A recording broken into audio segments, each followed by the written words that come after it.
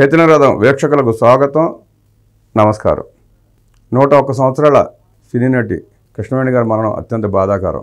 వారికి, వారి కుటుంబానికి ప్రగాఢ సానుభూతిని తెలియజేస్తూ నటిగా, స్టూడియో అధినేతగా, సినీ నిర్మాతగా పలు చిత్రాలు నిర్మించారు, వారు నటించారు.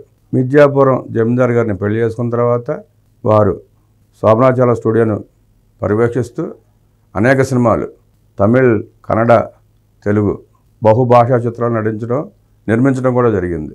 గన్నవరం ఎయిర్పోర్టుకు కూడా భూదానం చేసిన గొప్ప వ్యక్తులు వారు. 100 ఎకరాల భూదానం చేశారు వారు ఆ టైంలో. అలాగే అన్న నందమూరి తారక రామారావు గారిని, ఎస్వి రంగారావు గారిని తొలి చిత్రంతో పనిచేసిన నిర్మాత కూడా వారే. వారి మరణం అత్యంత బాధాకరం. ఈ సందర్భంగా ముఖ్యమంత్రి చంద్రబాబు నాయుడు గారు వారికి ఘన నివాళులు అర్పిస్తూ ముఖ్యమంత్రి గారితో పాటు మంత్రులు కూడా స్పందించారు. అవి ఒకసారి చూద్దాం.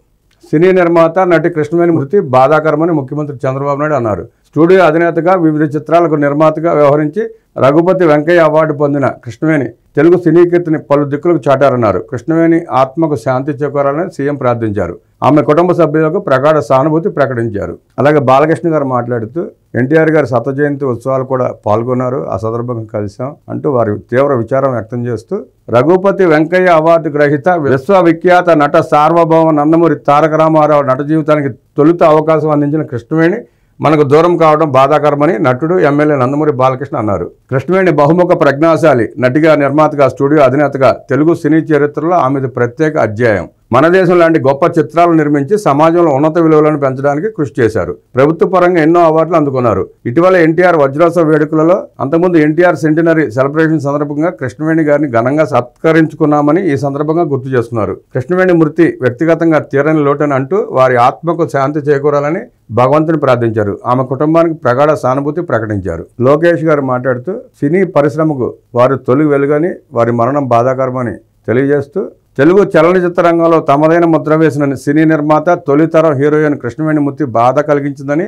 మంత్రి నారా లోకేష్ వ్యాఖ్యానించారు. శోభనాచాల స్టూడియో అధినేతగా, వివిధ చిత్రాలకు నిర్మాతగా, నటిగా ఆమె ఎనలేని సేవలు అందించారని, రఘుపతి వెంకయ్య అవార్డుతో ప్రతిష్టాత్మకమైన అవార్డులను సాధించిన కృష్ణవేణి తెలుగు సినీ పరిశ్రమకు వన్నె తెచ్చిన స్ఫూర్తిదాయక మహిళగా అభివర్ణించారు. కృష్ణవేణి ఆత్మకు శాంతి చేకూరాలని భగవంతుని ప్రార్థిస్తూ కుటుంబ సభ్యులకు ప్రగాఢ సానుభూతి ప్రకటించారు. నటి, నిర్మాత, స్టూడియో అధినేత కృష్ణవేణి గారి సేవలు అమోఘమని సినిమాటోగ్రఫీ మంత్రివర్యులు కందుల దుర్గేష్ గారు వ్యాఖ్యానిస్తూ అనేక భాషల్లో నటించి బహుముఖ ప్రజ్ఞాశాలిగా పేరు తెచ్చుకున్న కృష్ణవేణి మృతి సినీ రంగానికి తీరని లోటుగా అభివర్ణించారు.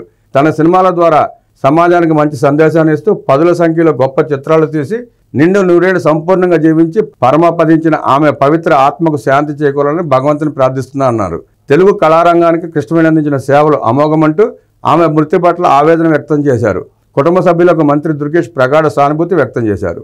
బాల నటి నుంచి కళామేటి వరకు వారి ప్రతిభ అద్భుతం, అమోఘం అన్నారు మంత్రులు కొల్లు రవీంద్ర గారు, మరి పార్థసారథి గారు.